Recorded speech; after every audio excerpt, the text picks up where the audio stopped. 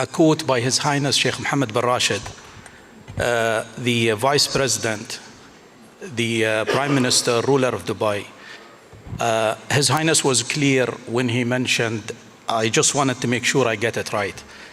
So His Highness said, do not freeze procedures, and do not sanctify laws, and do not believe that systems are more important than the people.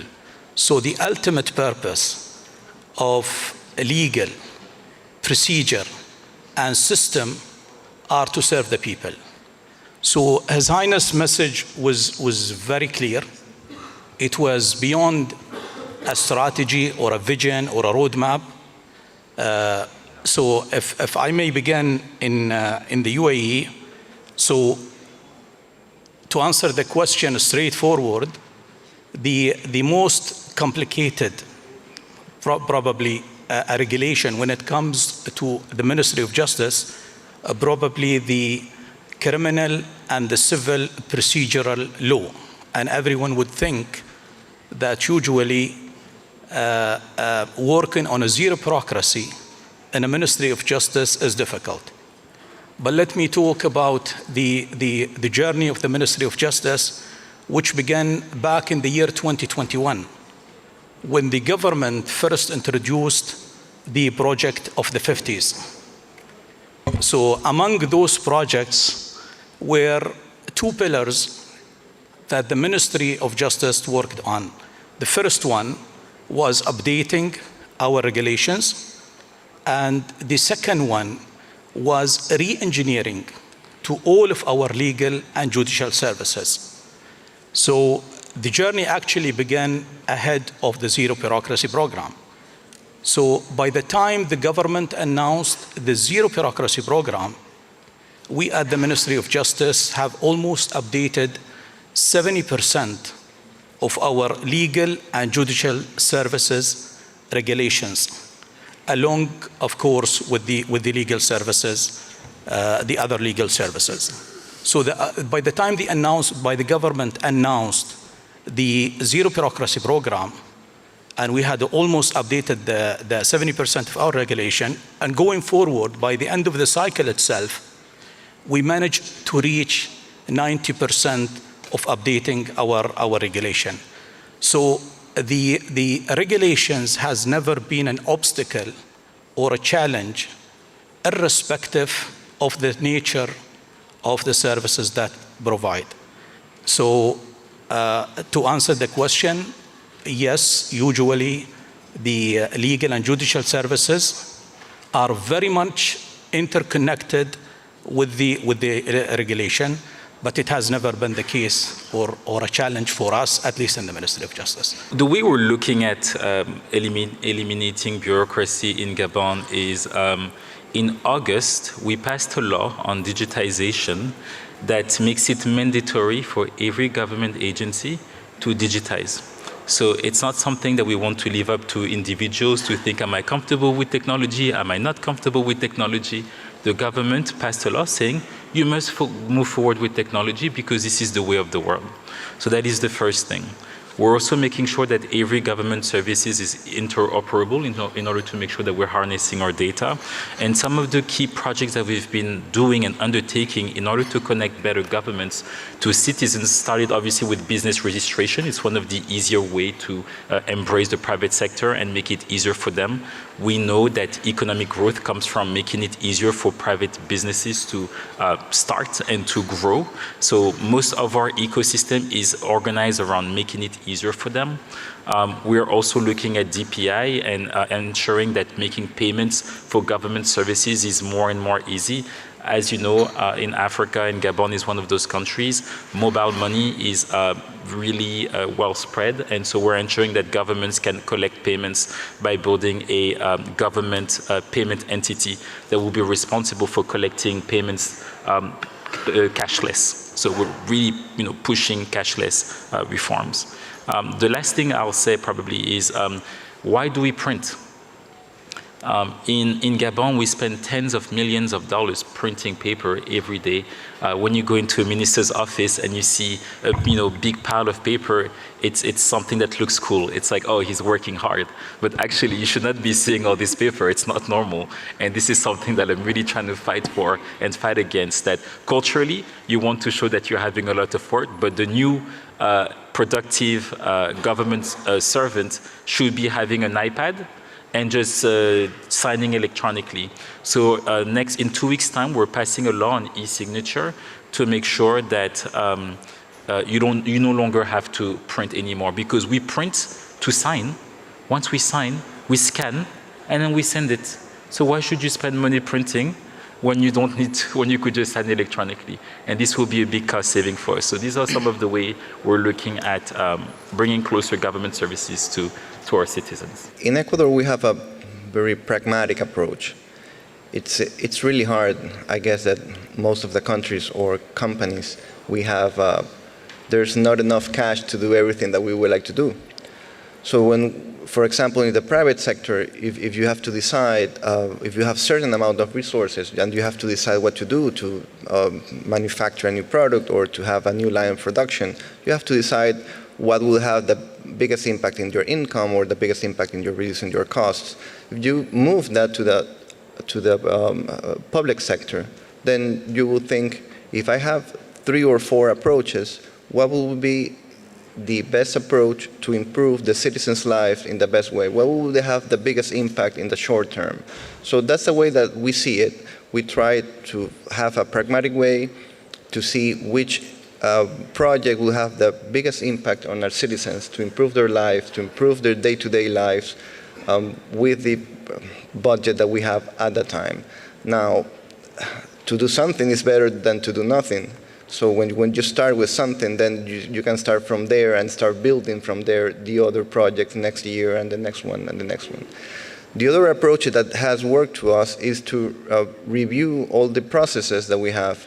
Sometimes by redesigning processes, you find improving, then again, processes that has a big impact in the citizens with a small investment. So that's the way what we are trying to improve and the zero bureaucracy in our country.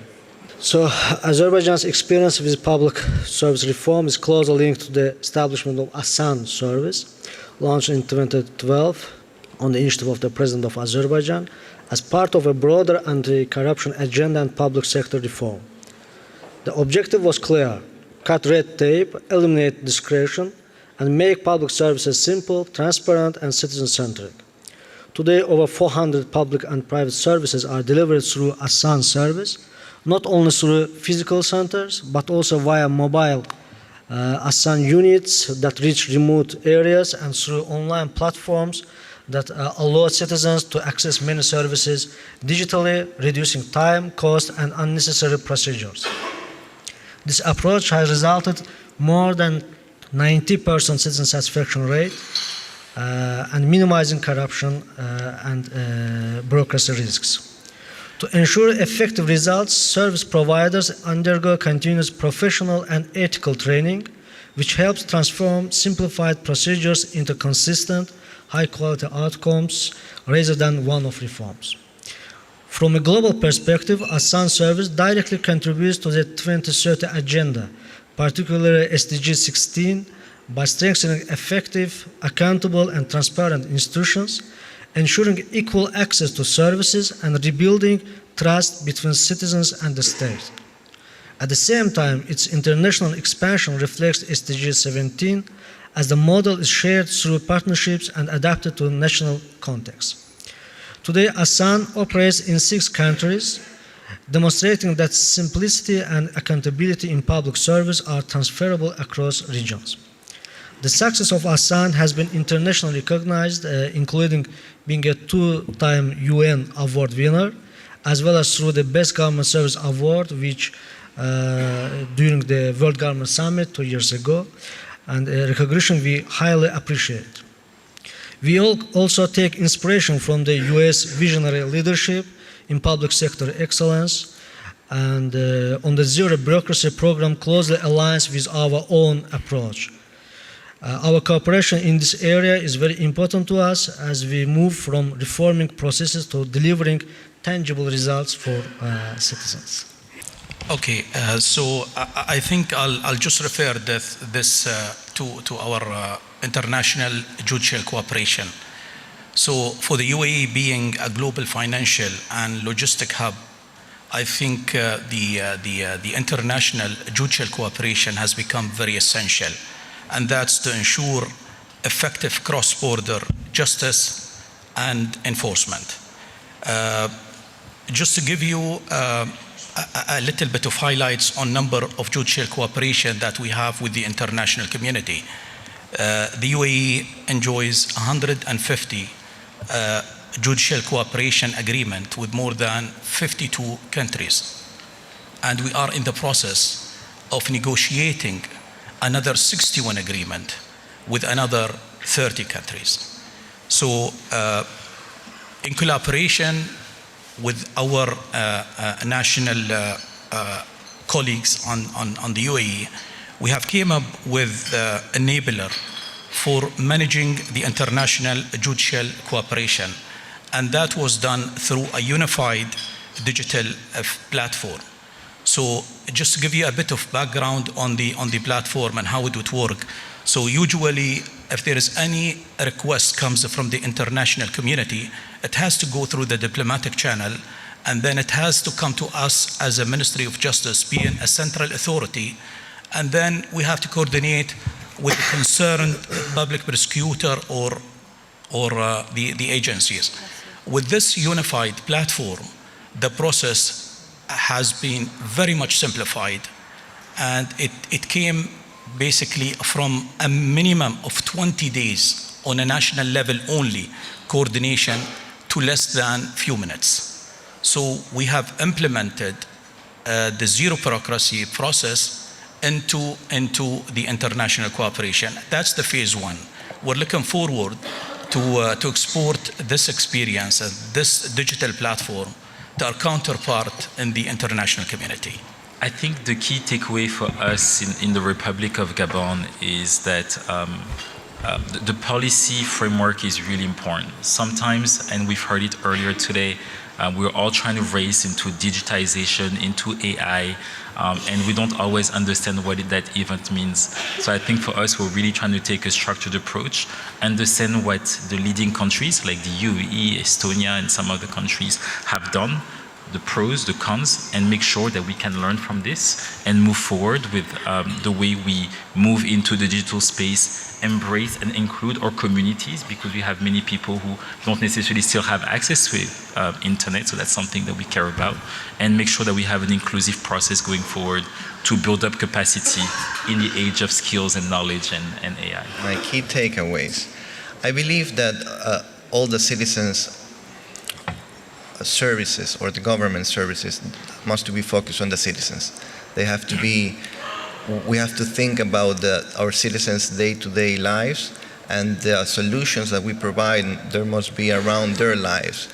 If you think about how since the beginning, when the person is born and then is a student, then it goes to university, then it goes to work, they have different necessities, and all these processes for each entity has to go around their life, go around each entity. So we have to facilitate their lives. That will be my takeaway. I think AI solutions support to deliver all public services fully proactive, and it will create huge savings about time, about human and other resources. But I think we will discuss about new challenges after 5 years. So about asocialization, about the cutting the interactions between society and government. Okay, so my takeaway from this, among the country that we already have an existing international judicial cooperation is Azerbaijan, and we look forward to implement this digital, unified digital platform with them. And I look forward to conclude our judicial cooperation with Ecuador and Gabon as well.